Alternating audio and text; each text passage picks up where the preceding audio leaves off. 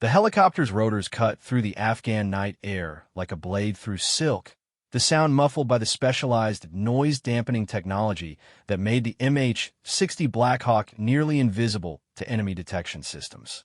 Inside the cramped cabin, 8 Navy SEALs sat in perfect silence, their faces painted with camouflage that made them blend into the shadows even in the dim red light of the aircraft's interior. Staff Sergeant Marcus Rodriguez checked his watch for the 3rd time in 5 minutes. The green glow of the tritium hands showed 0247 hours. They were 3 minutes out from the drop zone, a barren stretch of mountainous terrain in the Kunar province where intelligence had pinpointed a high-value target. The mission was supposed to be surgical, clean, and quick. Get in, capture or eliminate the Taliban commander responsible for a series of devastating IED attacks on coalition forces, and extract before dawn. Rodriguez had been leading SEAL operations for over a decade, and his weathered face showed the toll of countless missions in some of the world's most dangerous places. At 38, he was older than most of his team, but his experience was invaluable in situations like this. His dark eyes swept across his men, reading their body language with the skill of someone who had learned to trust his instincts above all else. To his left sat Petty Officer Jake Thompson, barely 25, but already a veteran of 3 deployments. Thompson was their communications specialist, his pack loaded with sophisticated radio equipment that would keep them connected to command throughout the operation. Despite his youth, Thompson had proven himself time and again, earning the respect of every man in the unit through his calm professionalism under fire. Across from them, Chief Petty Officer David Kim sat perfectly still, his sniper rifle secured between his knees. Kim was their designated marksman, a master with the 11 Malawian Quach's Mod 0 rifle that had saved their lives on more missions than Rodriguez could count. His Korean-American features were set in the same expression of focused concentration he wore before every operation, a look that had become as familiar to the team as their own reflections. The youngest member of the team, Seaman Marcus Johnson, fidgeted slightly with his equipment. At 22, this was only his 2nd deployment, but he had already proven himself capable in combat. Johnson carried the team's heavy weapons, including the M249 squad automatic weapon that provided suppressive fire when things went sideways. His nervous energy was carefully controlled, channeled into the meticulous checking and rechecking of his gear. Petty Officer Luis Santos rounded out the assault element, his role as breacher making him essential for the building-clearing portion of their mission. Santos had grown up in East Los Angeles, where he had learned to read dangerous situations long before he ever enlisted in the Navy. His street-smart instincts had translated perfectly to special operations work, and Rodriguez trusted his judgment implicitly. The team medic, Hospital Corpsman 2nd Class Michael O'Brien, sat near the rear of the helicopter, his medical pack positioned for quick access. O'Brien had saved more lives than he could remember, working under fire to patch up wounded teammates and civilians alike. His steady hands and calm demeanor under pressure made him an invaluable asset to any team lucky enough to have him. Rounding out the 8-man element was Petty Officer Carlos Mendez, their explosives expert, and Chief Petty Officer Robert Foster, the team's second-in-command. Foster had been with Rodriguez for 6 years, and the 2 men worked together with an almost telepathic understanding born of shared danger and mutual trust. The pilot's voice crackled through their headsets, breaking the silence. 2 minutes to LZ. Weather's clear, no visible ground activity. You're green across the board. Rodriguez keyed his microphone. Copy that, Nightbird. Thanks for the ride. The helicopter began its descent, and Rodriguez felt the familiar tightening in his stomach that always preceded a mission. No matter how many times he had done this, the anticipation never completely went away. It was a healthy fear, one that kept him alert and alive in situations where a single mistake could be fatal. Through the small window beside him, Rodriguez could see the rugged landscape of eastern Afghanistan spread out below. The mountains rose like jagged teeth against the star-filled sky, their peaks capped with snow even in the relatively warm autumn weather. This was country that had swallowed armies whole, from Alexander the Great to the Soviet Union. It demanded respect from anyone foolish enough to venture into its embrace. The intelligence briefing had been thorough, but troubling. Their target, a Taliban commander known as Mullah Zahir, had been orchestrating increasingly sophisticated attacks against coalition forces throughout the region. His network had been responsible for at least 15 IED attacks in the past month, resulting in the deaths of 12 American soldiers and countless Afghan civilians. The man had proven elusive, moving frequently between safe houses and using a complex network of tunnels and caves to avoid detection. What made this mission particularly challenging was the location of Zahir's suspected hideout. The compound was situated in a narrow valley, surrounded by steep hills, with only one viable approach route for the SEAL team. The terrain provided excellent defensive positions for anyone wanting to make a stand, and Rodriguez had spent hours studying satellite imagery and drone footage to identify potential threats and escape routes. The helicopter touched down with barely a whisper, its specially trained pilots setting it down so gently that the impact was hardly felt. Rodriguez was the first out the door, his rifle at the ready as he scanned the immediate area for threats. One by one, his team members followed, spreading out in a defensive perimeter around the landing zone. The night was crisp and clear, with excellent visibility despite the absence of moon. The stars provided just enough illumination for their night vision equipment to function effectively, painting the world in the familiar green glow that had become second nature to all of them. Rodriguez could hear the helicopter's engines spooling up behind him as the pilots prepared to lift off and move to a safe distance to await the extraction call. Night board departing, came the pilot's voice through their headsets. "Good hunting, gentlemen." The helicopter rose into the night sky and disappeared, leaving the 8 SEALs alone in the vast wilderness of the Afghan mountains. Rodriguez felt the weight of responsibility settle on his shoulders like a familiar coat. From this moment until they were safely extracted, the lives of his men rested in his hands. He activated his GPS unit and confirmed their position. The compound was 2 kilometers to the northeast, accessible via a winding goat trail that would provide some concealment, but would also funnel them through several potential choke points. The mission timeline called for them to reach the target before 0400 hours, giving them a narrow window to conduct the assault before the pre-dawn call to prayer would wake the local population. Rodriguez hand-signaled his team to move out, and they began their approach in single file, maintaining the spacing and noise discipline that had been drilled into them through countless hours of training. Kim took point, his sniper rifle providing overwatch as the team moved through the rocky terrain. Foster brought up the rear, constantly scanning behind them for any signs of pursuit. The terrain was challenging even for experienced mountain fighters like the SEALs. Loose rocks threatened to shift underfoot with every step, and the narrow trail wound through areas where a single misstep could result in a fatal fall. The altitude was also a factor, with the thin air making every movement more laborious than it would have been at sea level. As they climbed higher into the mountains, Rodriguez found himself thinking about the intelligence that had brought them here.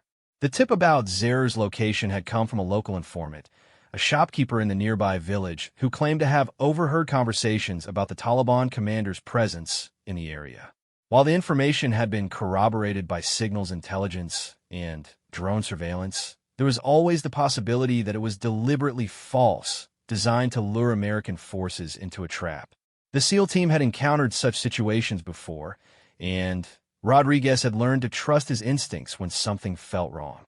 So far, the mission was proceeding according to plan, but he remained alert for any signs that they were walking into an ambush. The mountains of Afghanistan were littered with the bones of soldiers who had been too trusting, too confident in their intelligence, or too eager to close with the enemy. After 45 minutes of careful movement, Kim raised his fist, bringing the patrol to a halt. Rodriguez moved forward to join him at the front of the formation, keeping low to avoid skylining himself against the stars. Through his night vision scope, Kim pointed out a structure in the valley below, partially concealed by a cluster of trees and surrounded by a low stone wall. "Target compound, boss," Kim whispered, his voice barely audible even at close range. "Looks quiet, but I'm seeing some heat signatures on thermal." Rodriguez studied the building through his own optics, noting the layout and comparing it to the satellite images they had studied during the mission briefing. The compound consisted of a main building surrounded by several smaller structures, all constructed from the local stone that made them blend seamlessly into the landscape. A single dirt road led to the compound from the east, winding down from the main highway that connected this remote valley to the outside world. The thermal imagery showed several human figures moving inside the main building, but it was impossible to determine their exact number or disposition from this distance. There was no way to know if they were armed Taliban fighters or innocent civilians who might be caught in the crossfire of an assault. Rodriguez made the tactical decision to move closer for a better assessment. He signaled the team to advance, and they began their descent into the valley, moving with even greater caution now that they were approaching the target area. Every shadow could conceal an enemy sentry. Every rock formation could hide an ambush. The compound was larger than it had appeared from the ridge above, and as they drew closer, Rodriguez could see that it was better defended than their intelligence had suggested. The stone walls were higher than they had appeared in the satellite imagery, and there were several positions that could serve as fighting holes for defenders. More concerning was the presence of what appeared to be freshly dug earth around the perimeter, suggesting the recent installation of improvised explosive devices or other defensive measures. Kim had found a position on a small rise about 300 meters from the compound, giving him excellent overwatch of the entire target area. His rifle was equipped with a thermal scope that would allow him to identify and engage targets even in the darkness. The rest of the team positioned themselves for the assault, with Rodriguez and Foster taking the point while the others provided security and support. "Overwatch in position," Kim reported through their secure communication system. "I'm seeing movement in the main building, at least 6 individuals. No visible weapons, but that doesn't mean much." Rodriguez acknowledged the report and began his final approach to the compound. The plan called for them to breach the main entrance simultaneously from multiple directions, overwhelming any resistance before it could organize effectively. Santos had already identified the best points for placing his explosive charges, and O'Brien was positioned to provide immediate medical support if anyone was wounded during the assault. As they drew closer to the compound walls, Rodriguez felt the familiar surge of adrenaline that preceded combat. His senses seemed to sharpen, every sound and movement registering with crystal clarity.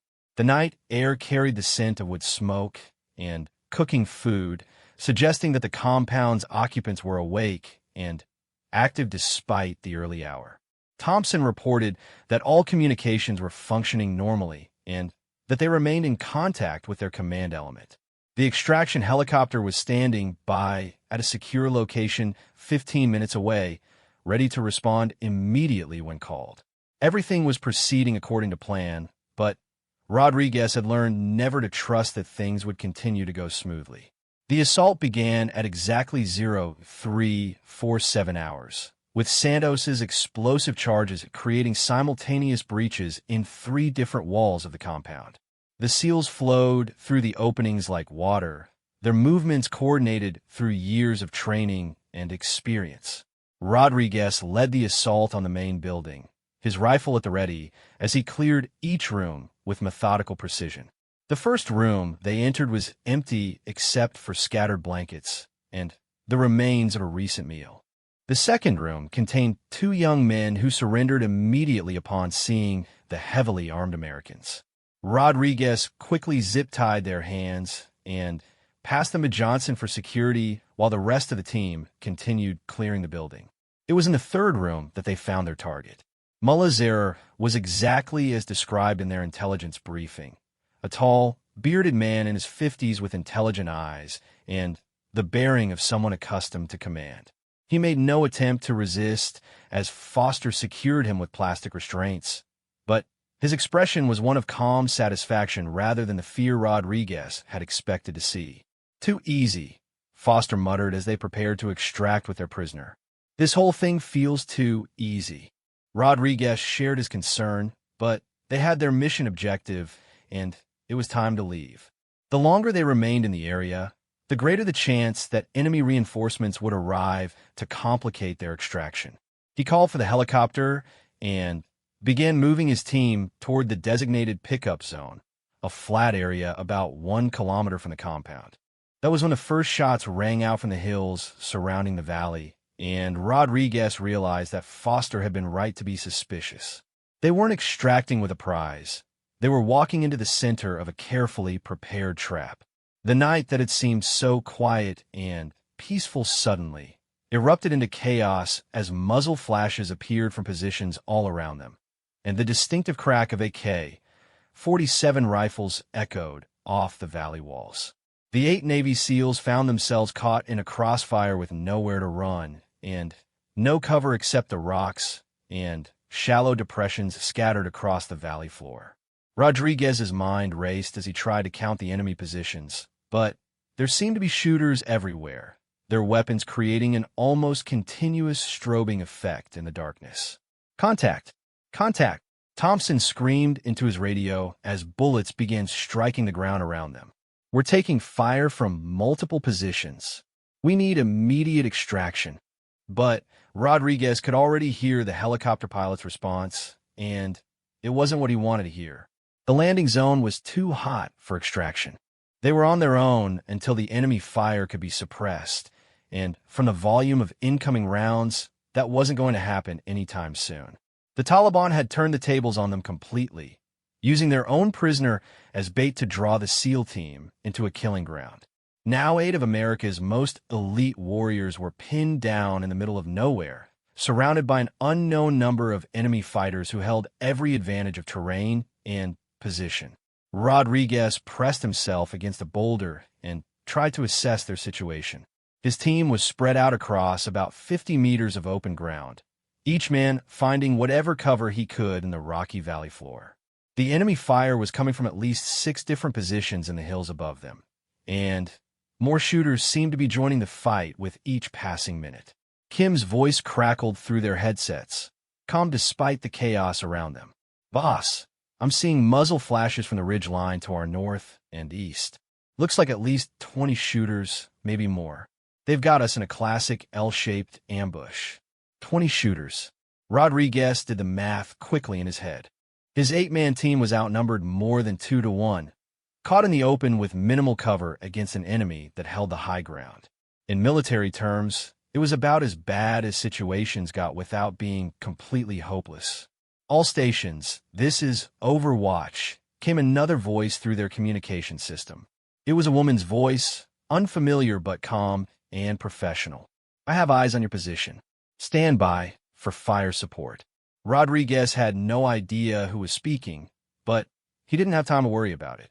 Enemy rounds were striking closer to his position, sending chips of stone flying through the air like shrapnel.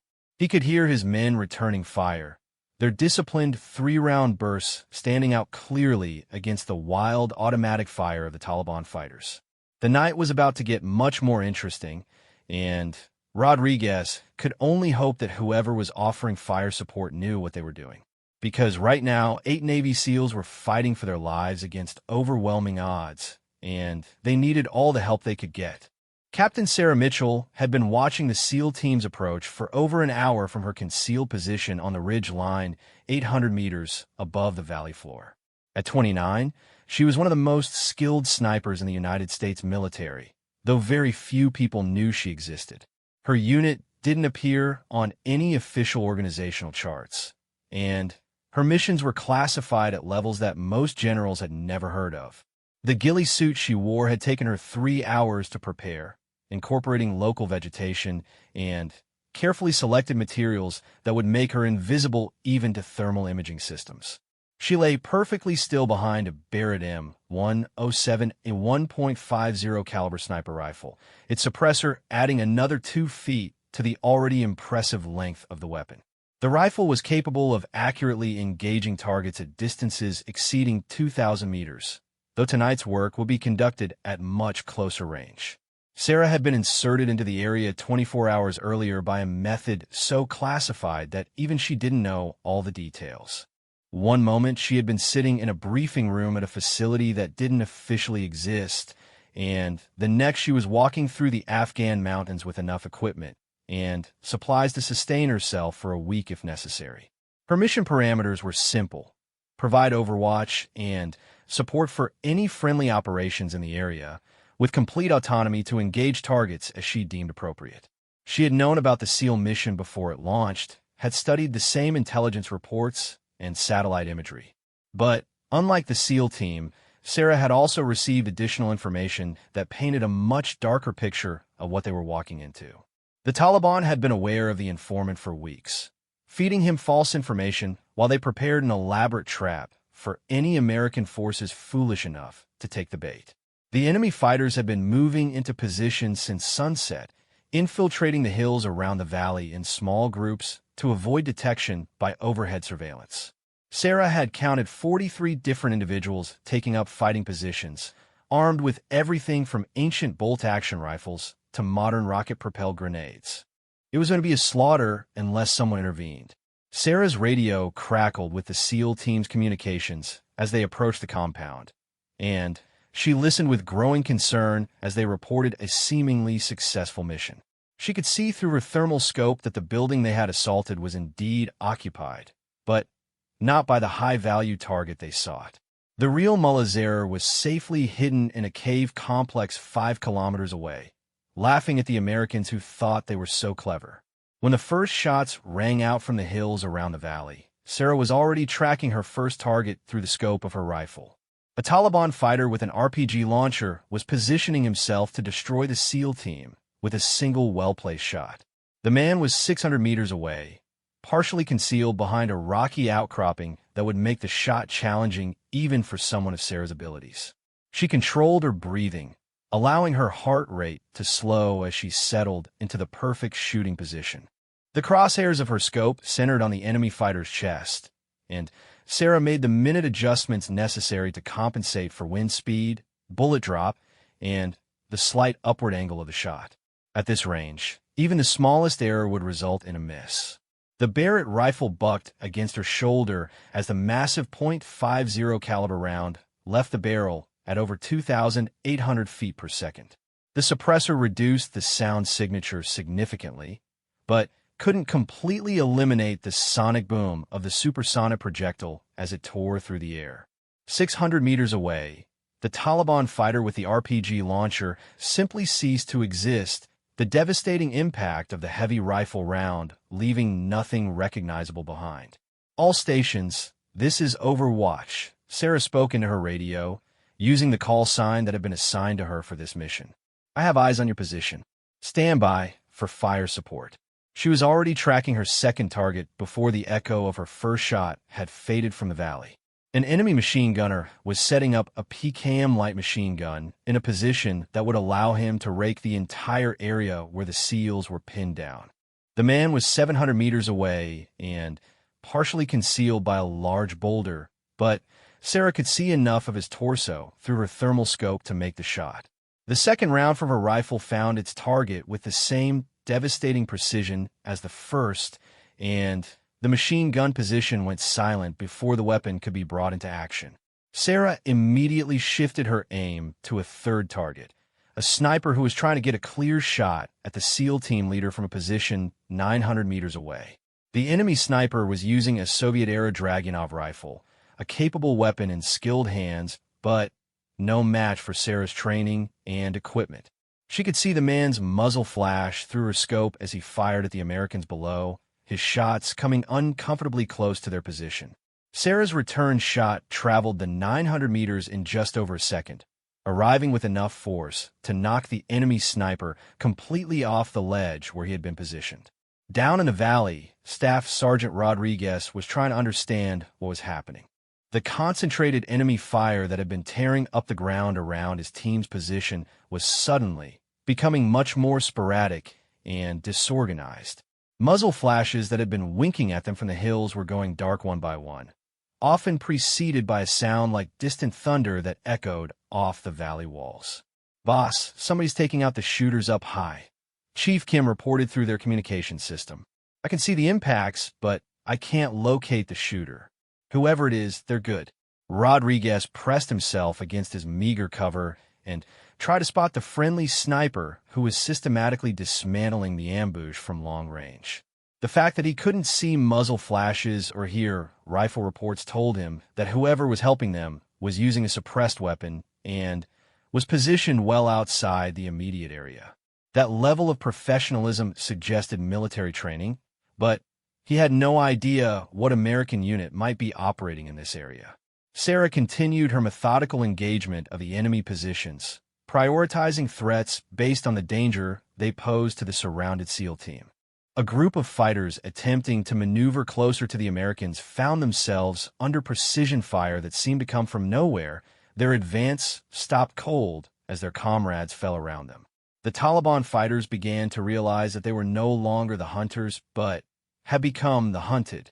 The psychological effect of accurate sniper fire on enemy morale could not be overstated.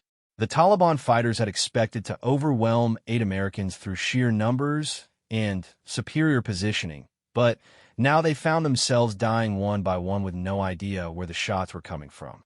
Some began to abandon their positions, fleeing into the night rather than face an invisible enemy who seemed capable of reaching out and touching them from impossible distances.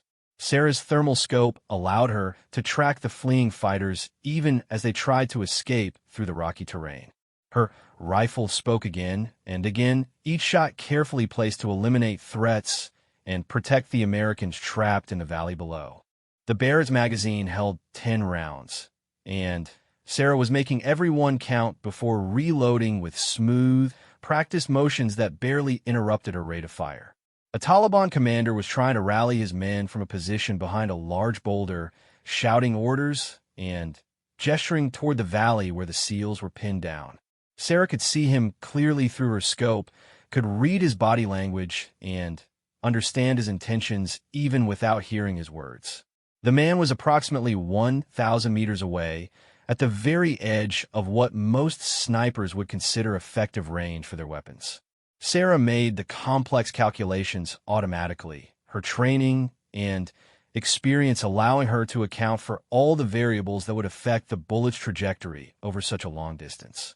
The wind was gusting from the west at approximately 8 miles per hour, which would push the heavy bullet slightly off course during its 2-second flight time. The target was at a significantly higher elevation than her position, requiring her to aim lower than the apparent line of sight to compensate for the bullet's natural tendency to impact high on upward shots. The Barrett rifle thundered once more, and 1,000 meters away, the Taliban commander dropped like a stone. His men, seeing their leader fall to an enemy they couldn't see or locate, began to lose what remained of their will to fight. The carefully coordinated ambush was falling apart under the precise application of long-range firepower from a single, invisible guardian angel. Rodriguez could hear the change in the enemy's fire almost immediately.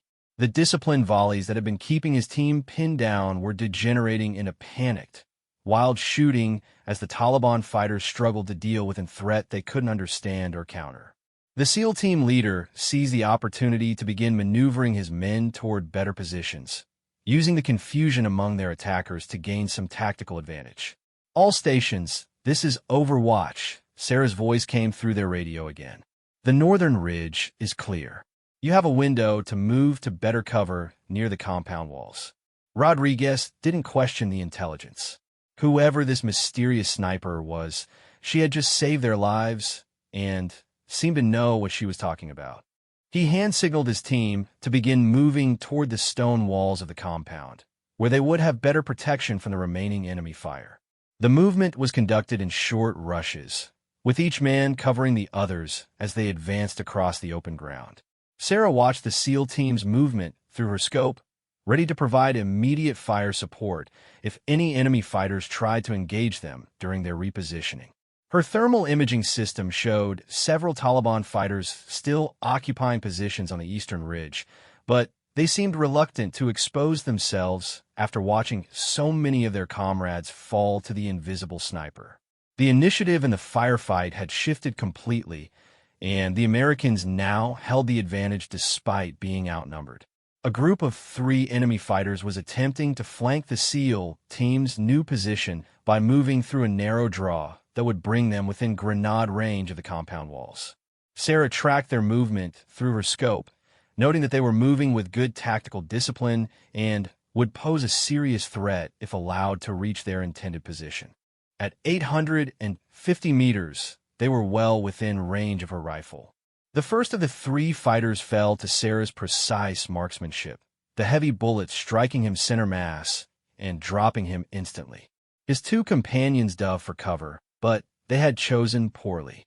The rocky terrain that concealed them from the SEALs in the valley below provided no protection from a sniper positioned high above their location.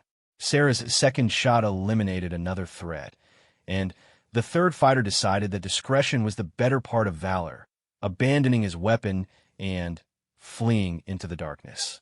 The tide of the battle had turned completely. Where 40 Taliban fighters had begun the night confident of victory over 8 Americans, fewer than 20 remained in fighting positions, and their morale was shattered. The invisible sniper had demonstrated the ability to reach out and kill them regardless of cover or concealment, and the psychological pressure was becoming unbearable. Sarah reloaded her rifle once more and began scanning for new targets.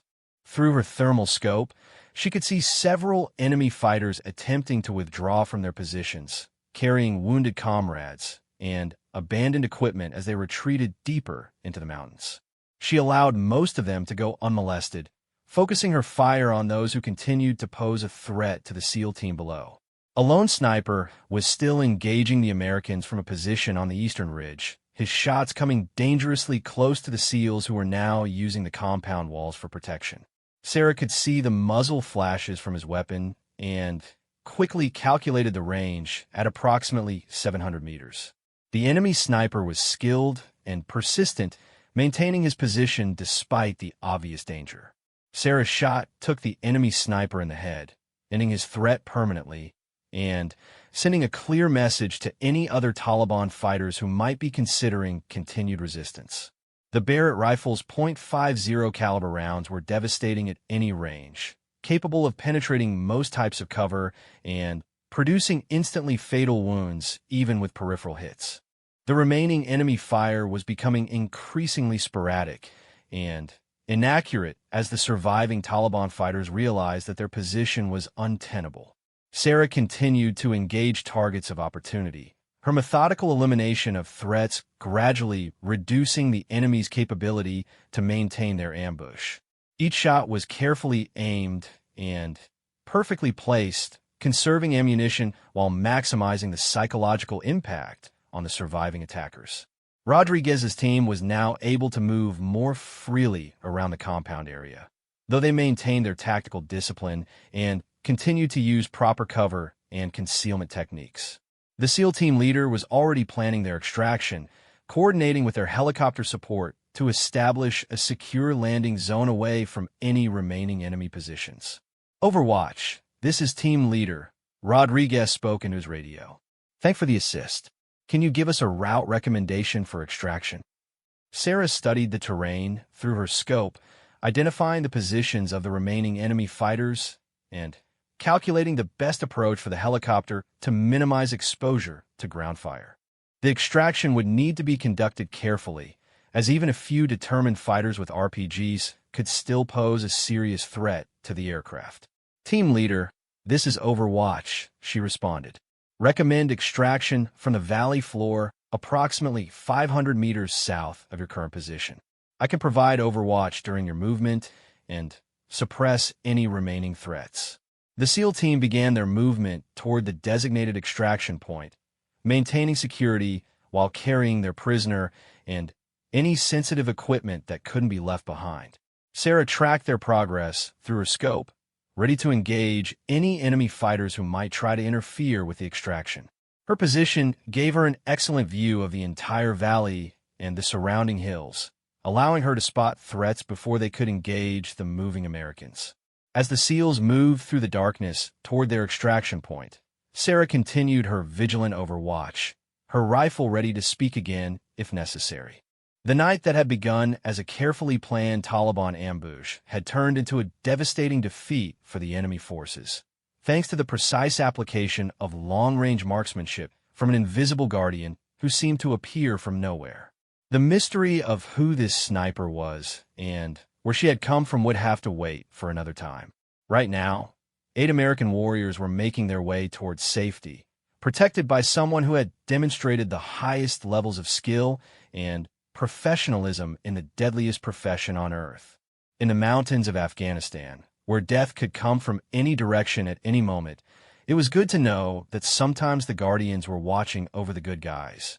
The extraction helicopter was still 15 minutes away when the situation in the valley took another deadly turn. Sarah Mitchell watched through her thermal scope as a new group of Taliban fighters emerged from a cave system she hadn't previously identified, moving with purpose toward the SEAL team's position. These weren't the same panicked survivors from the original ambush, but fresh fighters who had been held in reserve for exactly this type of situation. Team leader, this is Overwatch. Sarah spoke urgently into her radio. You have approximately 12 new contacts moving on your position from the northwest. They're armed with crew-served weapons and moving tactically.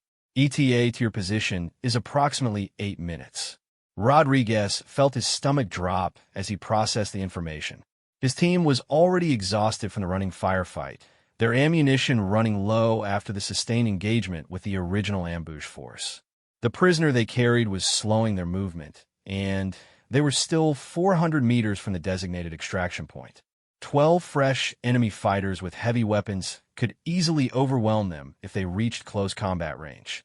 Copy that, Overwatch, Rodriguez responded. Can you interdict? Sarah was already shifting her position to get a better angle on the approaching enemy force. The new group was using excellent tactical movement techniques, advancing in short rushes while maintaining security and using available cover effectively. These were clearly experienced fighters, not the village militia that had comprised most of the original ambush force. Through her scope, Sarah could see that the Taliban fighters were carrying what appeared to be a Soviet-era DSHK heavy machine gun, a weapon capable of devastating firepower that would make the SEAL team's position untenable. The gun required a crew of 3 to operate effectively, but once in place, it could lay down suppressive fire that would pin the Americans in place until the rest of the enemy force could maneuver to destroy them. The range to the advancing fighters was just over 1,000 meters and increasing as they moved through the winding terrain toward the valley floor. Sarah would have to engage them while they were still climbing down from the hills, before they could reach positions where the DSHK could be effectively employed against the SEALs. The shots would be challenging due to the steep angles and the need to lead moving targets, but they were well within her capabilities. Sarah's first shot took the DSHK gunner as he paused to coordinate with his team leader, the heavy bullet striking him center mass and dropping him immediately. The rest of the enemy force dove for cover among the rocks, but their position was now known to the invisible sniper who had been terrorizing Taliban fighters throughout the night. Sarah smoothly worked the bolt of her rifle and acquired her next target, the assistant gunner who was attempting to take over operation of the heavy machine gun. The second shot was at a range of 1,100 meters, complicated by a gusting crosswind that required careful compensation. Sarah held slightly into the wind and squeezed the trigger, watching through her scope as the bullet found its mark and the second enemy fighter fell beside his weapon. The DSHK machine gun was now unmanned, but Sarah knew that any of the surviving fighters could take over its operation given enough time. The remaining Taliban fighters were now aware that they were under accurate sniper fire, and they began to move more carefully through the rocky terrain. Sarah could see them attempting to use the natural features of the landscape to mask their movement, staying behind cover whenever possible and moving only when they thought they were concealed from observation. Unfortunately for them, Sarah's elevated position and thermal imaging equipment made their attempts at concealment largely ineffective. A Taliban fighter armed with an RPG launcher was trying to work his way into a position where he could engage the SEAL team directly. Sarah tracked his movement through her scope, waiting for him to expose himself sufficiently for a clean shot. When he finally moved from behind a large boulder to advance toward the next piece of cover, Sarah was ready for him. The shot was at a range of 950 meters, and the heavy rifle bullet found its target with devastating effect. Meanwhile, Rodriguez was pushing his team harder toward the extraction point, knowing that every second counted. The SEAL team was moving as fast as tactical considerations would allow, but the rough terrain and the need to maintain security while carrying a prisoner limited their speed.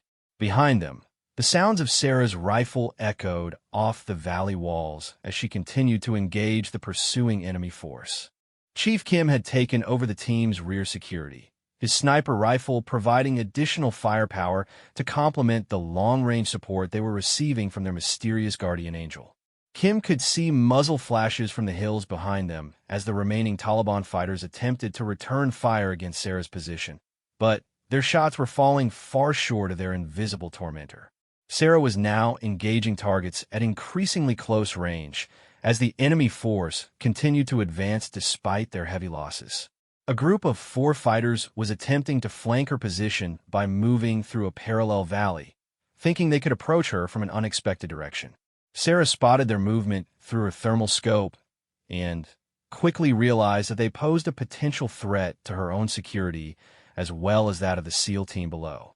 The flanking movement was well conceived and professionally executed, suggesting that these Taliban fighters had received advanced tactical training. They were using proper spacing and movement techniques, communicating through hand signals rather than radio communications that could be intercepted, and demonstrating fire discipline that kept their positions concealed. Sarah found herself facing opponents who were much more skilled than the average insurgent fighter. She engaged the flanking force at a range of 700 meters, her first shot eliminating the point man of the 4-man team. The remaining 3 fighters immediately went to ground and began trying to locate her position using the sound of her rifle shots. Sarah quickly repositioned herself behind a different piece of cover, knowing that staying in one place too long would eventually allow the enemy to pinpoint her location and coordinate effective return fire. The tactical situation was becoming increasingly complex as multiple enemy forces maneuvered through the mountainous terrain, each trying to gain advantage over the Americans they were pursuing. Sarah found herself engaging targets in multiple directions, requiring rapid target acquisition and engagement techniques that pushed even her considerable skills to their limits. The Barrett rifle was perfectly suited for long-range precision fire, but the rapidly changing tactical situation demanded flexibility and speed that tested both weapon and shooter. Rodriguez's team had covered half the distance to the extraction point when they encountered yet another threat. A Taliban fighter armed with a rocket-propelled grenade had positioned himself in the rocks ahead of their route, waiting in ambush for the Americans to pass within effective range of his weapon. The fighter was well concealed and patient, showing no signs of his presence until the SEALs were almost on top of his position. It was Thompson, the communications specialist, who spotted the threat first. A brief flash of reflected starlight off the RPG launcher's optical sight gave away the enemy fighter's position, and Thompson immediately alerted the rest of the team. The Taliban fighter realized he had been detected and began to emerge from cover, bringing his weapon to bear on the clustered Americans. Sarah saw the developing situation through her thermal scope and immediately shifted her aim toward the new threat. The range was only 400 meters, point blank for a rifle of the Barrett's capabilities, but the shot was complicated by the close proximity of the SEAL team to the target. A miss or over-penetration could endanger the very men she was trying to protect. The shot had to be perfect, and Sarah knew it.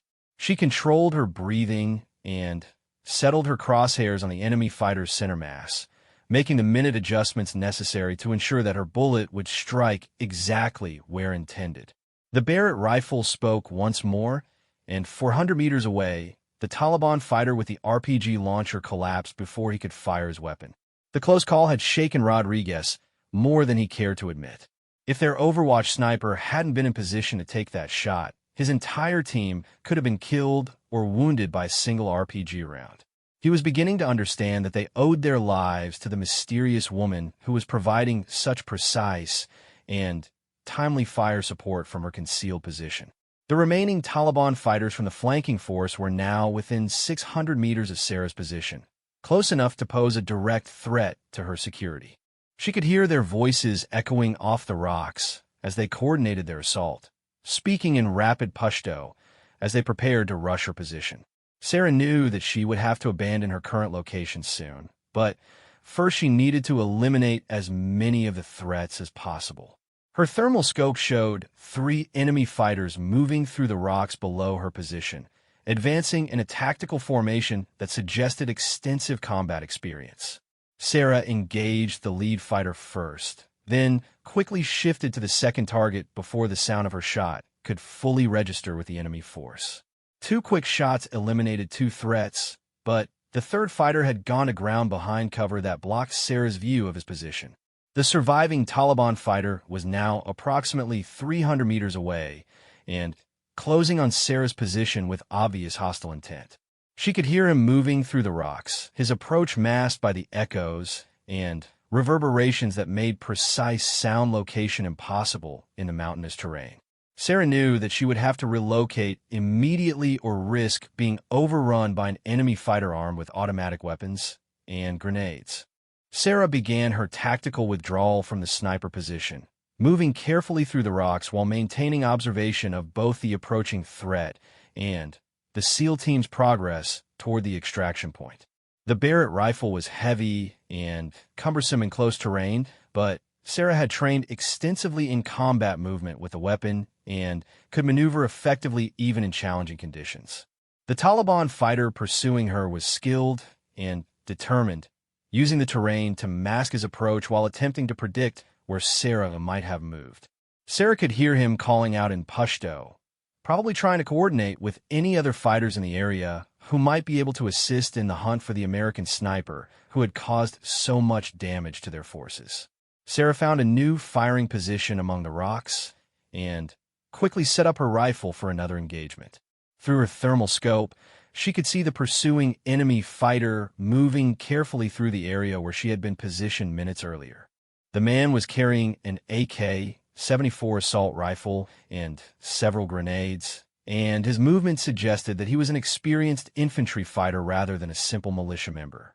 The shot was at close range for a rifle of the Barrett's power, only 250 meters, but it was complicated by the broken terrain and the need for absolute precision. Sarah couldn't afford to wound this fighter and leave him capable of continued pursuit. The shot had to be immediately decisive, ending the threat permanently. Sarah's bullet found its target with devastating effect, the heavy rifle round producing results that were almost grotesque at such close range. The threat was eliminated, but Sarah knew that other enemy fighters might be moving toward her position. She needed to continue her movement while maintaining overwatch of the SEAL team's progress toward the extraction point. Rodriguez's team had finally reached the designated landing zone, a relatively flat area among the rocks that would allow the helicopter to land safely. The SEAL team established a defensive perimeter around the area, while Thompson coordinated with the extraction aircraft. The helicopter was still 8 minutes out, and they would have to hold their position against any remaining enemy forces until it arrived. Sarah could see the SEAL team's position clearly from her new location, and she maintained her vigilant overwatch while scanning the surrounding area for additional threats. The Taliban forces had taken devastating casualties during the night's engagement, but Sarah knew that even a few determined fighters with the right weapons could still pose a serious danger to the extraction operation.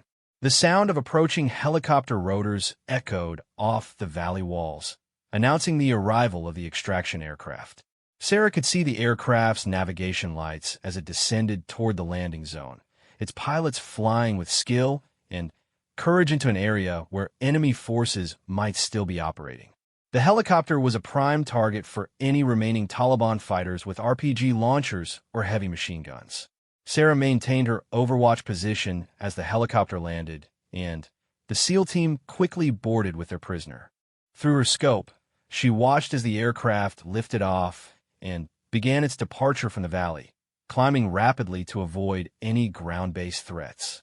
The mission was complete, and 8 American warriors were safely on their way home, protected throughout their ordeal by an invisible guardian they had never seen. But Sarah's mission wasn't finished yet. Intelligence reports suggested that senior Taliban commanders might still be operating in the area, and her orders were to remain in position for another 24 hours to observe and report on enemy activity. As the sound of the helicopter faded into the distance, Sarah settled into her hiding place among the rocks, her rifle ready for whatever challenges the coming day might bring. The mountains of Afghanistan had claimed many lives over the centuries, but tonight they had witnessed something special, the perfect application of sniper skills in defense of fellow warriors. Sarah Mitchell had demonstrated once again why precision marksmanship remained one of the most valuable and deadly skills on the modern battlefield, capable of turning the tide of combat through the careful application of violence from long range. In the silence that followed the extraction, Sarah began her preparations for the next phase of her mission, knowing that somewhere in these same mountains, enemy commanders were already planning their next attack against coalition forces. When that attack came, they would once again face the invisible woman who brought death from distances they couldn't imagine, delivered with a precision that seemed almost supernatural. The war would continue, but for now, 8 good men were going home alive, protected by someone who asked for nothing more than the opportunity to serve her country and her fellow warriors with skill, courage, and deadly precision. Dawn was still 3 hours away when Sarah Mitchell detected movement in the valley below her position. Through her thermal scope, she could see a large group of armed men moving with military precision through the terrain where the SEAL team had been extracted 6 hours earlier. These weren't the scattered survivors of the previous night's battle, but an entirely new force that had been assembled specifically to hunt down the sniper who had inflicted such devastating casualties on Taliban forces in the region. Sarah counted at least 30 fighters in the search party, armed with a mixture of modern weapons, including several Dragunov sniper rifles, and what appeared to be advanced night vision equipment. The force was being led by someone who clearly understood counter-sniper tactics, as they were moving in a dispersed formation designed to minimize casualties from long-range fire, while systematically searching every possible hide site in the area. The intelligence network that had betrayed the SEAL team's mission was evidently still functioning, and someone had provided the Taliban with detailed information about Sarah's approximate position and capabilities. The search pattern being employed by the enemy force showed a sophisticated understanding of sniper employment techniques and suggested that they had received training from sources more advanced than the typical insurgent fighter. Sarah quickly assessed her tactical situation and realized that her position was becoming untenable. The enemy search party was moving directly toward the ridge where she had been operating, and their systematic approach would eventually discover her hide site unless she took immediate action. The terrain that had provided excellent concealment for engaging targets at long range was now working against her, as the steep slopes and rocky outcroppings that had masked her position also limited her options for tactical movement. The Barrett rifle that had been so effective during the night's engagement now presented a significant liability in terms of mobility. The weapon weighed nearly 30 pounds with its full combat load, and its length made it difficult to maneuver through the tight confines of the rocky terrain. Sarah would have to abandon the rifle if she hoped to evade the closing search party, but doing so would leave her with only her sidearm and personal equipment against 30 armed opponents. Sarah made the tactical decision to retain her primary weapon and attempt a fighting withdrawal to a more defensible position higher up the ridge. She had identified several potential fallback positions during her initial reconnaissance of the area, including a series of caves that might provide temporary concealment from the thermal imaging equipment the enemy force was undoubtedly carrying. The movement began with Sarah carefully packing her equipment and preparing her gear for rapid displacement.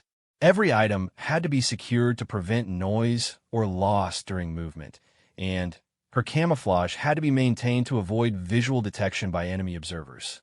The ghillie suit that had made her invisible during the static engagement would now slow her movement and potentially snag on rocks during her withdrawal, but removing it would make her instantly visible to anyone with optical equipment.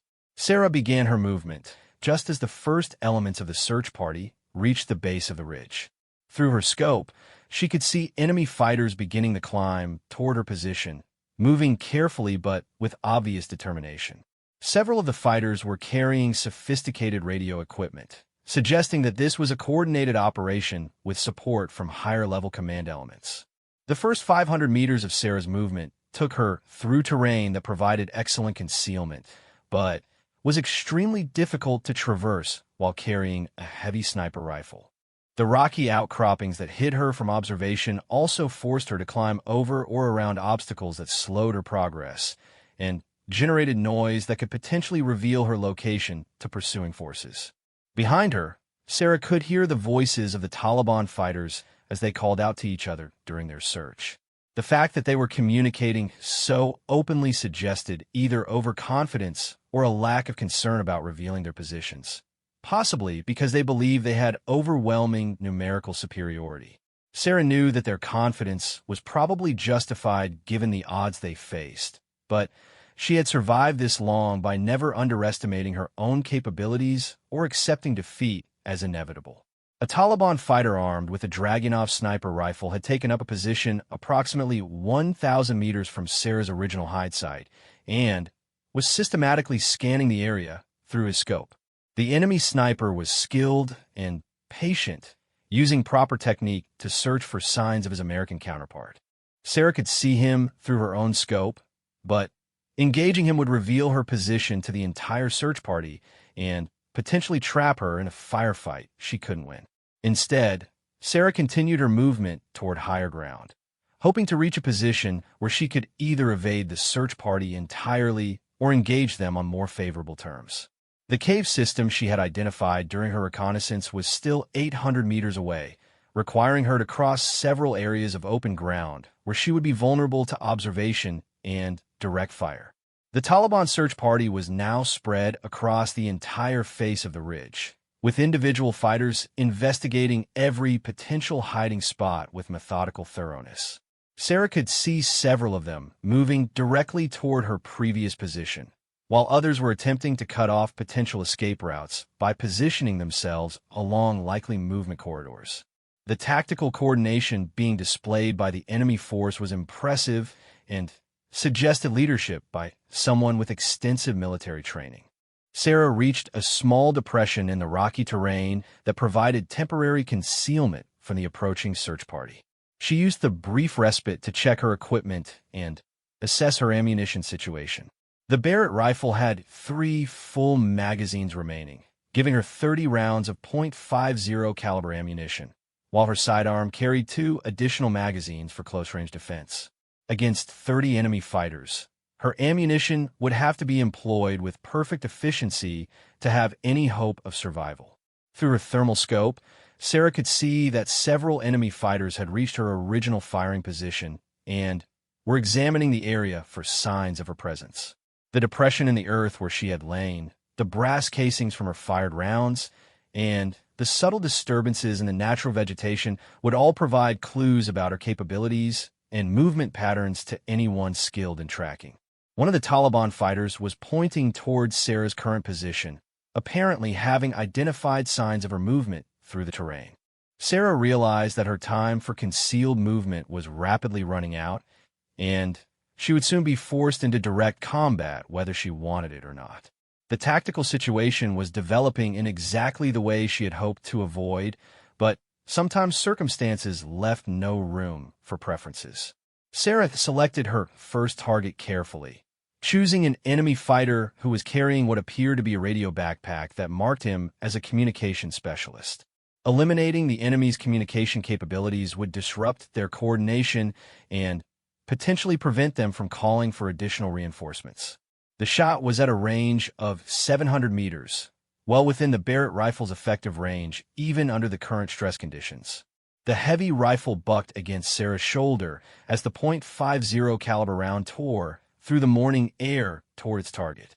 700 meters away, the Taliban communications specialist simply vanished in a cloud of debris and destruction as the massive bullet found its mark. The psychological effect on the remaining fighters was immediate and dramatic as they realized that the invisible sniper was still in the area and still capable of reaching out to kill them from impossible distances. Sarah immediately shifted her position after firing, knowing that the muzzle blast and sound signature of her shot would help the enemy triangulate her approximate location. She moved quickly through the rocks, seeking a new firing position that would allow her to engage additional targets, while avoiding the return fire that was already beginning to strike the area where she had been positioned. The Taliban fighters were now fully aware that they were not hunting a trapped and helpless opponent, but were instead facing someone capable of picking them off one by one from concealed positions. Several of the enemy fighters began calling out instructions in Pashto, apparently trying to coordinate a more cautious approach that would minimize their exposure to sniper fire. Sarah's second shot took an enemy sniper who was attempting to provide overwatch for the advancing search party. The man was using a Dragunov rifle and had positioned himself behind what he thought was adequate cover, but Sarah's elevated position allowed her to see enough of his body to make an effective shot. At 850 meters, the shot required careful compensation for the steep downward angle, but Sarah's training and experience made the adjustments automatically. The elimination of their sniper support caused further disruption in the Taliban search party's coordination, as the remaining fighters realized that their own marksman was unable to effectively counter the American sniper's superior position and equipment. Several enemy fighters began seeking more substantial cover, abandoning their systematic search in favor of positions that would provide protection from long-range fire. Sarah continued her fighting withdrawal toward the cave system, engaging targets of opportunity when they presented themselves while avoiding prolonged firefights that might allow the enemy to coordinate effective return fire. Each shot was carefully considered and precisely placed, designed to maximize the psychological impact on the surviving enemy fighters while conserving her limited ammunition supply. A group of 5 Taliban fighters was attempting to flank Sarah's position by moving through a parallel ravine, hoping to approach her from an unexpected direction. Sarah spotted their movement and realized that they posed a significant threat if allowed to reach their intended position. The range was approximately 600 meters, and the fighters were moving through terrain that provided intermittent concealment as they advanced. Sarah waited for the flanking party to move into a more exposed position before engaging them, knowing that she would have only a brief opportunity before they could take cover again. When the lead fighter exposed himself while crossing a small clearing, Sarah took the shot with devastating effect. The remaining 4 fighters immediately went to ground and began returning fire in her general direction, but their shots were falling far short of her actual position. The exchange of fire had revealed Sarah's approximate location to the main body of the search party, and she could see them beginning to maneuver more aggressively toward her position. Time was running out for her planned withdrawal to the cave system, and she would have to make her move soon or risk being trapped in an increasingly constricted area with limited options for escape. Sarah began moving again, this time with greater urgency, as she realized that the tactical situation was developing against her. The Taliban fighters were demonstrating better discipline and coordination than she had expected, and their numerical advantage was beginning to tell as they closed the distance and reduced her maneuvering room. The cave system was still 400 meters away, requiring her to cross several danger areas where she would be exposed to observation and fire. Enemy bullets began striking the rocks around Sarah's position with increasing frequency as the Taliban fighters triangulated her location and brought more weapons to bear on her suspected hiding places. The distinctive crack of AK-74 rifles mixed with the heavier reports of sniper rifles as the enemy force concentrated their fire on the area where Sarah was attempting to move. Sarah realized that her situation was becoming critical and that she would have to take significant risks if she hoped to reach the relative safety of the cave system.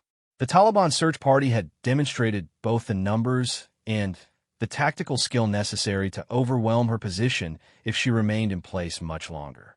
Sometimes survival required bold action rather than careful calculation, and this was rapidly becoming one of those times.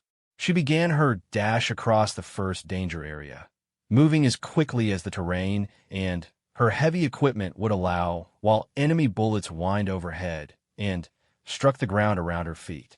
The Barrett rifle felt like it weighed 100 pounds as she ran through the broken terrain, but abandoning it would leave her defenseless against the pursuing force that was now less than 500 meters behind her. Sarah reached temporary cover behind a large boulder and paused to catch her breath while assessing the next phase of her movement. Through her thermal scope, she could see Taliban fighters moving aggressively toward her position from multiple directions, their confidence growing as they sensed that their quarry was finally within reach. The hunt was entering its final phase, and Sarah would need every bit of skill and luck she could muster to survive what was coming next. The mountains of Afghanistan had seen countless battles between hunters and hunted, but few had involved stakes as high as this confrontation between one American sniper and 30 determined enemy fighters. The outcome would depend on training, equipment, terrain, and, perhaps most importantly, the will to survive against overwhelming odds. In the growing light of dawn, the deadly game of cat and mouse was entering its most dangerous phase, where a single mistake could mean the difference between escape and capture, between life and death in one of the world's most unforgiving environments. Sarah Mitchell reached the cave entrance just as the first Taliban fighters crested the ridge behind her, their shouts echoing off the rocky walls as they realized their quarry had found defensible terrain.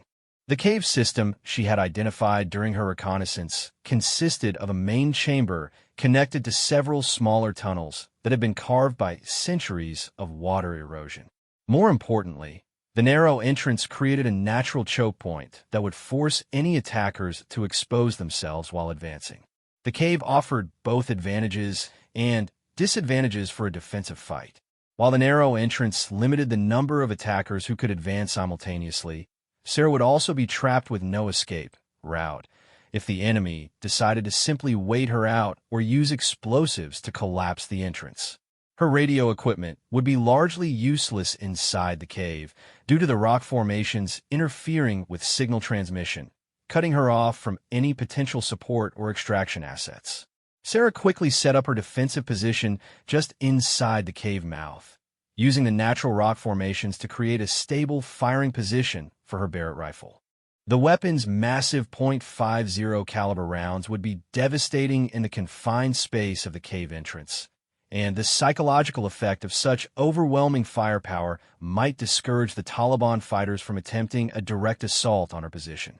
Through her thermal scope, Sarah could see the enemy force deploying around the cave entrance in a tactical formation that suggested they intended to maintain a siege rather than risk heavy casualties in a frontal assault. Several fighters were positioning themselves behind rocks and outcroppings that would provide cover while allowing them to maintain observation of the cave mouth. Their patience and discipline suggested professional military training rather than the impulsive tactics often associated with insurgent forces. The Taliban commander appeared to be an older man with the bearing of someone accustomed to authority, and Sarah could see him directing his fighters to establish interlocking fields of fire that would make any attempt to leave the cave extremely dangerous. The man was clearly experienced in small unit tactics and understood how to effectively employ his numerical advantage while minimizing his own casualties. Sarah's ammunition situation was becoming critical, with only 27 rounds remaining for her primary weapon and limited supplies for her sidearm. Against 30 enemy fighters in defensive positions, she would have to make every shot count if she hoped to break out of the trap they were setting around her position. The tactical mathematics were unforgiving, but Sarah had survived this long by refusing to accept impossible odds as final. The first probing attack came just as the sun cleared the eastern ridge, with two Taliban fighters attempting to approach the cave entrance from opposite sides while their comrades provided covering fire. Sarah could see them moving through her thermal scope, their approach masked by the growing daylight that reduced the effectiveness of her night vision equipment. The fighters were moving carefully, but with obvious determination, clearly intent on determining whether the cave was actually occupied. Sarah allowed the first fighter to approach within 50 meters of the cave entrance before engaging him with devastating effect. The Barrett rifle's report echoed through the cave system like thunder, and the massive muzzle blast temporarily blinded Sarah's night vision equipment. 50 meters away, the Taliban fighter ceased to exist in any recognizable form, the heavy bullet's impact serving as a graphic demonstration of what awaited anyone foolish enough to approach the cave. The second fighter immediately retreated to cover, but not before Sarah had acquired him through her scope. Her second shot was hurried due to the target's rapid movement, but the .50 caliber round struck close enough to shower the enemy fighter with rock fragments and convince him that direct assault was not a viable option. The Taliban force now understood that their quarry was still very much alive and capable of defending her position.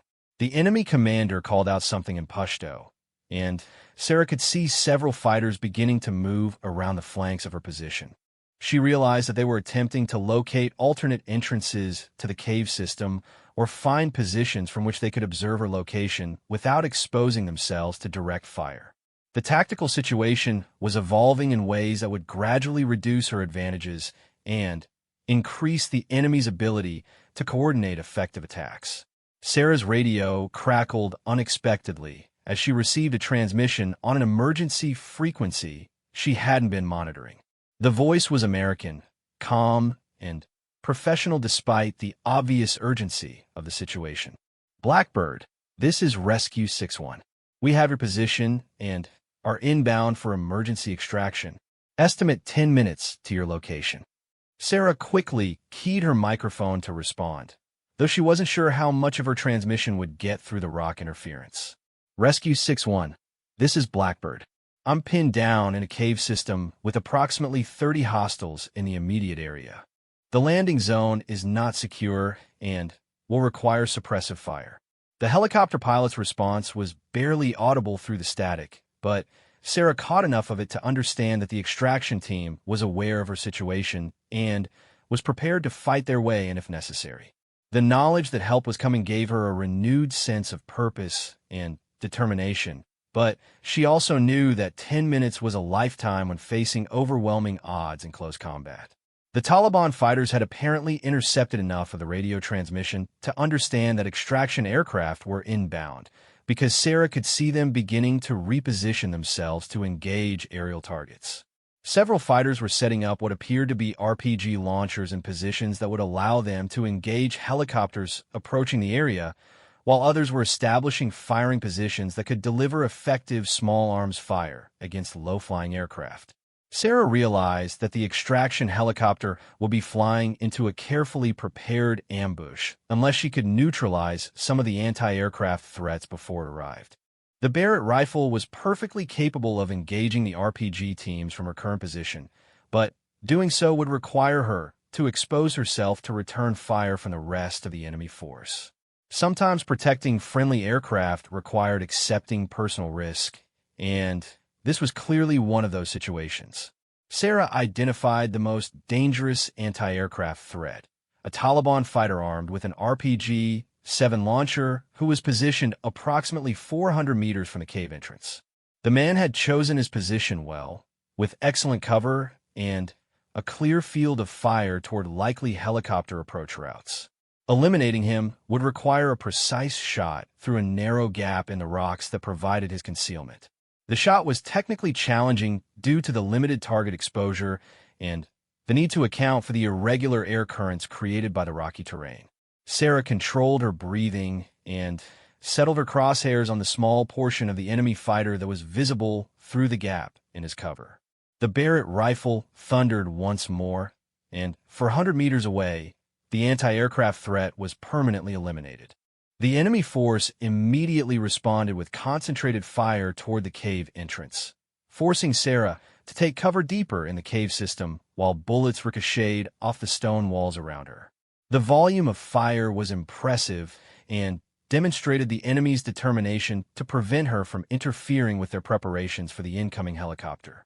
Several rounds came close enough to spray Sarah with rock chips and dust, but the natural protection of the cave walls kept her safe from direct hits. Sarah could hear the distant sound of helicopter rotors approaching from the southeast, growing steadily louder as the extraction aircraft closed on her position. She also heard the Taliban commander shouting orders to his fighters, apparently coordinating their anti-aircraft ambush while maintaining security around the cave entrance.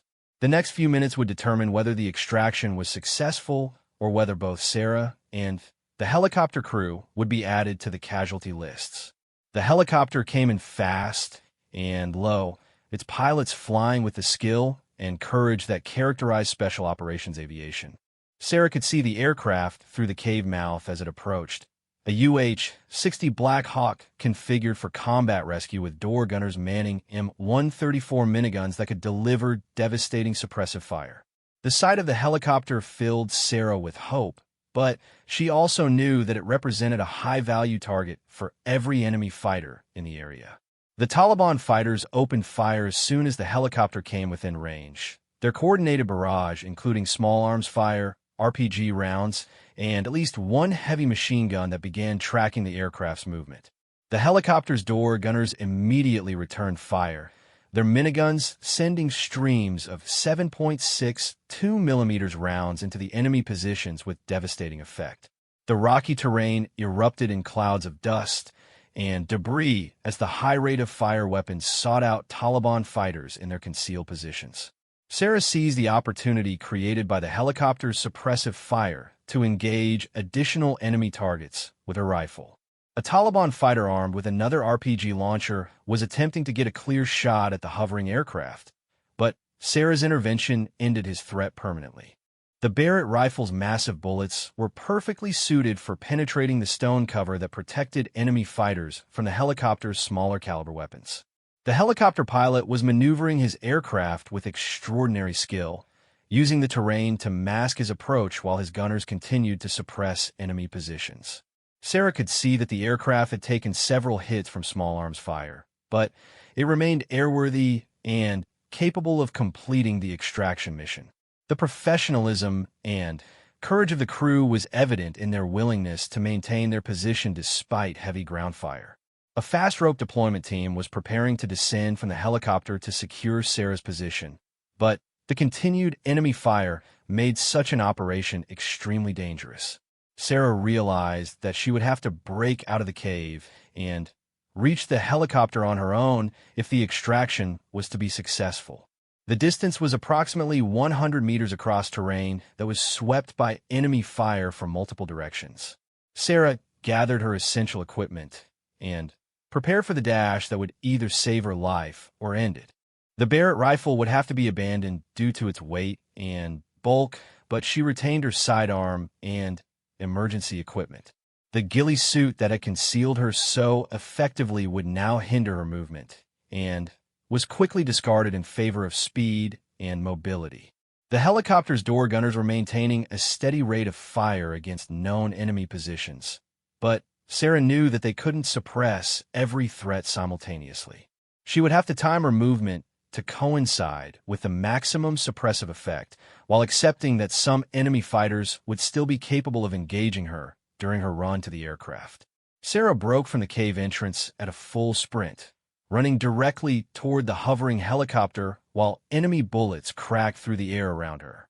The distance seemed impossibly long as she bounded over rocks and through debris, her lungs burning from the exertion and thin mountain air. Behind her, she could hear Taliban fighters shouting and the distinctive reports of their weapons as they tried to bring her down before she could reach safety. A burst of automatic fire struck the ground just in front of Sarah's path, forcing her to alter course around a large boulder that provided temporary concealment from one group of enemy fighters. The helicopter crew could see her approach and were adjusting their fire to provide a corridor of suppressive fire, but the tactical situation remained extremely dangerous for everyone involved. Sarah reached the helicopter just as a Taliban fighter emerged from cover with an RPG launcher aimed directly at the aircraft. The helicopter's crew chief saw the threat and shouted a warning, but there was no time for evasive maneuvers. Sarah drew her sidearm and engaged the enemy fighter at point-blank range, her accurate pistol fire eliminating the threat just as she was pulled aboard the extraction aircraft. The helicopter immediately began its departure from the area, climbing rapidly while the door gunners continued to engage enemy positions until they were out of effective range. Sarah found herself on the floor of the aircraft, surrounded by the professional aircrew who had risked their lives to extract her from an impossible situation. The mountains of Afghanistan fell away below them as the helicopter gained altitude and headed toward friendly territory. As the immediate danger receded, Sarah had time to reflect on the events of the past 12 hours. She had eliminated over 20 enemy fighters during the course of the engagement, protecting a SEAL team during their extraction and conducting a fighting withdrawal against overwhelming odds. The Barrett rifle that she had been forced to abandon would be recovered by Taliban forces, but the weapon's serial numbers had been removed, and its advanced optics contained self-destruct mechanisms that would prevent reverse engineering. The helicopter crew treated Sarah with the professional respect accorded to someone who had just survived combat against impossible odds.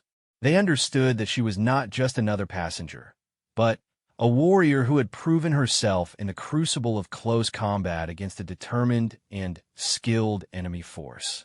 The fact that she had survived the encounter was testament to her training, equipment, and, perhaps most importantly, her refusal to accept defeat even when facing overwhelming odds.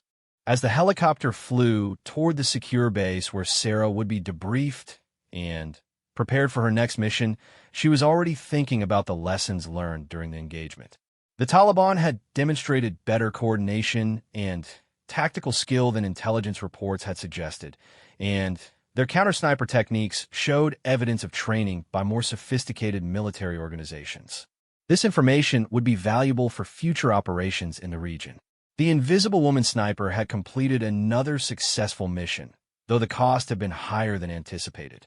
8 Navy SEALs had returned home safely, protected by someone who asked for nothing more than the opportunity to serve her country with skill, courage, and deadly precision.